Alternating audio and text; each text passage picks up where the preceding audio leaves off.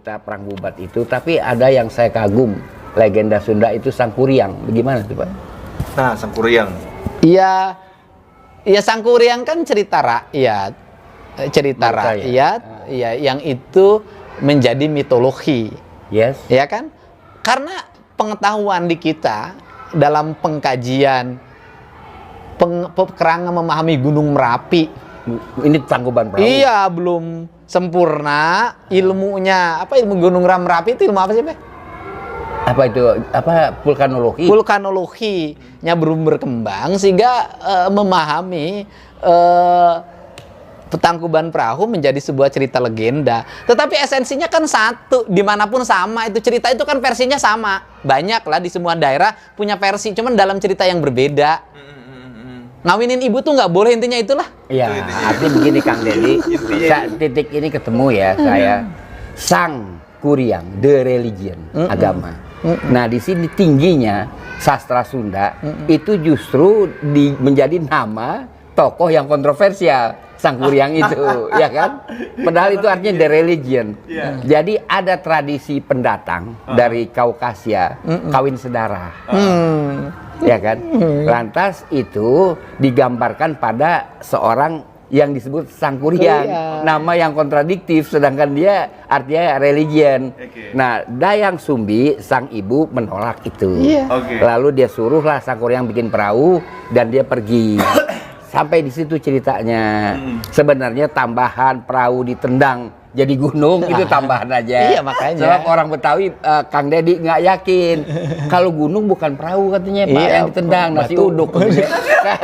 Kan nasi uduk kayak gunung. Nah, sehingga dari religion itu kita bisa memahami bahwa nilai-nilai fundamental tentang penyerahan diri pada Hyang Tunggal, Gusti Allah Subhanahu wa Ta'ala, terus nilai-nilai sosial yang dibangun dengan silih asih, kemudian nilai-nilai itu sudah hidup dalam sebuah kebudayaan orang Sunda sejak lama. Itulah makanya saya terus terang, saya nggak tutup tedeng aling-aling. Legenda atau folk tale yang saya paling menarik adalah Sangkuriang. Iya. Yeah. Artinya bahwa dari sisi aspek nilai ajaran, orang Sunda sudah memiliki kedudukan ajaran yang sangat tinggi. Betul. Gitu. Mengharamkan kawin sedara, gitu bahasa Babe ya, mengharamkan tidak makan.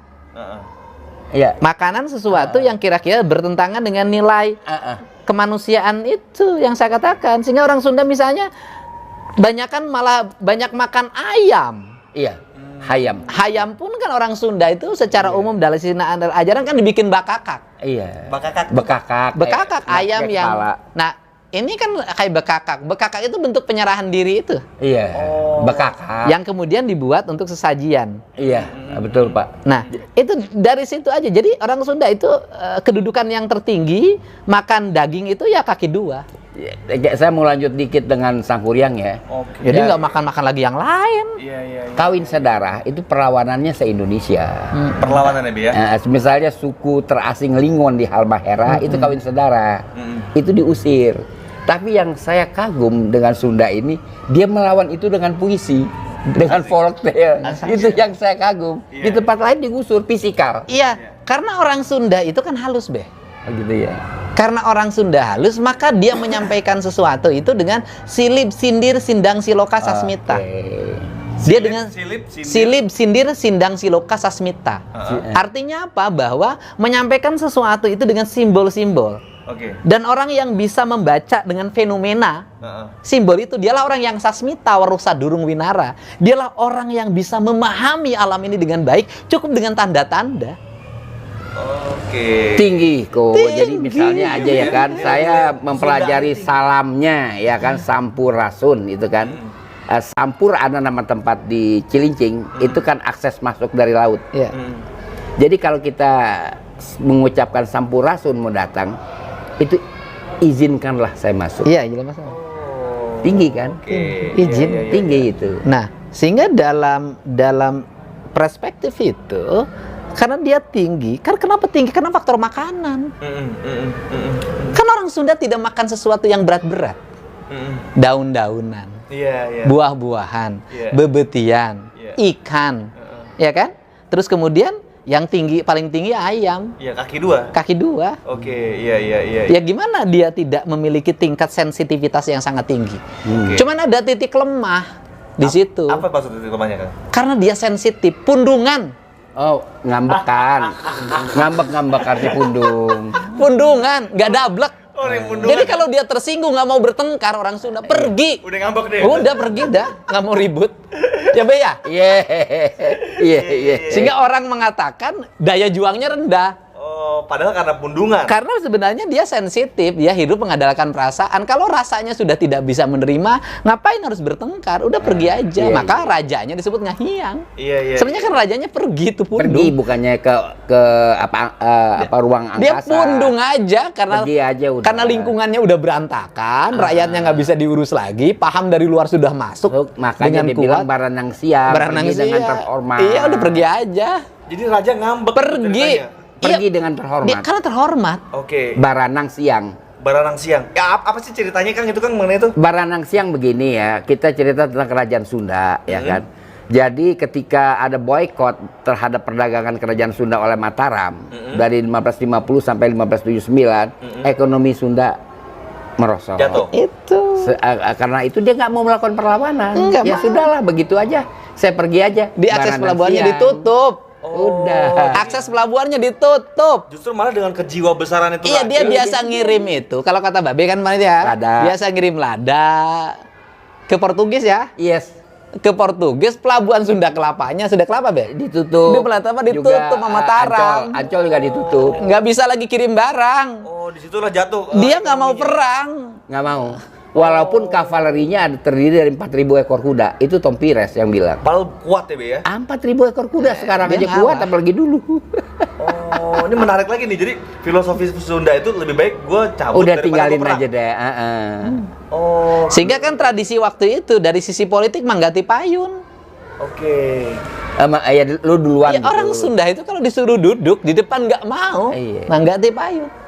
Oh. Selalu menghargai orang lain. Nah, prinsip-prinsip politik itu berlaku pada waktu itu. Ketika orang Sunda homogen sama orang Sunda lagi, Heeh. ya itu cocok karena sama-sama yang perasa lagi. Ini karena para kiai. Oke. Karena kalau para kiai NU misalnya, kiai NU yang langitan itu kan begini. Semuanya begini kayaknya. Iya. Apa itu maksudnya, Pak? Ya, Saling nyodorin saling lah. jodorin, monggo Saling tipe nyodorin, ayun. Iya. Oke. Betul. Nggak ada yang mau duluan Nggak mau gitu ya? duluan, semuanya merasa ya akhirnya saling menghormati lama untuk duduk ke Oh depan. iya, betul ya. Bagus loh. Iya, Itu iya, apa iya. sifat ya, tabiat. Tabiatnya. Tabiatnya Sunda, ya. Tetapi persoalannya kan Sundanya sudah heterogen, pendatangnya banyak. Iya, Kalau terus-terus Manggati Payun diambil orang terus nggak kebagian. Nggak bisa nyalek. Nggak bisa. Jadi sekarang filosofinya diganti, bukan Manggati Payun, haling ku aing. Haling ku aing. Ajar baik gitu. Aing oke bisa. Karena kan iklimnya sudah berbeda. Iya. Alamnya udah beda. Gini loh, orang perasa berkumpul sama orang perasa. Oke. Nggak ada problem. Iya. Bagaimana kalau orang perasa bergabung sama orang yang nggak punya perasaan? Iya, ajar udah. Dihajar terus. Nggak dipersilakan aja diambil, gimana persilahkan? Iya. Orang nggak ada persilakannya diambil. Ya kan di tradisi Sunda Jawa sama. Kalau kita bertamu belum dipersilakan kan nggak boleh dulu minum. Oke, iya. Dia ada jenis lagu yang sangat halus, namanya balebat. Balebat. Gimana, Be? Coba, Be, dikit, Be. Waduh, saya kagak bisa. Yang bisa Titim Fatimah. Iya kan? Saya Iya, mah kagak bisa. balebat itu matahari terbit. Nah, sebelum matahari terbit itu ada balebat. Jadi nyanyinya Ada warna-warna yang getaran merah-merah. suara. Merah. Getaran suara mereka seperti orang kedinginan. Itu mengingatkan saya kepada lagu-lagu klasik Peru. Oke. Gitu. Oh gitu, Be. Ada pengaruh Peru gitu. Iya, nanti kita kira kalau kita bicara tentang Gunung Padang ya. Gunung Padangnya. Ya, tapi tidak seluruh Tatar Sunda. Iya. Gitu, Terus gini, Pak. Kang. Menurut Kang Deddy, dari sisi kesundaan nih, Kang ya. Ah. Filosofi apa yang sudah mulai hilang dari orang-orang Sunda? Ya hampir semua filosofinya nggak dipakai secara umum. Kenapa, Kang? Ya karena kan memahami Sundanya suku. Oh, bukannya konsep Tidak itu. memahami Sunda sebagai konsep besar tentang peradaban. Iya. Oh, jadi Sunda dianggap suku. Iya, Sunda dianggap suku. Tidak memahami Sunda sebagai ideologi. Iya. Kalau saya kan memahami Menarik, Sunda menarik. sebagai ideologi bukan sebagai suku. Jadi, Yes. Kang Deddy kalau ditanya sukunya apa? Ya Sunda, tetapi Sundanya ideologi yang mengajarkan papat kalima pancer, yang mengajarkan tritang tu dibuana. Iya. Ideologi tapi itu ya? Ideologi. Pandangan hidup lah. Oke. Nah, ya kan sekarang Pancasila. Lo Pancasila mau diterjemahin.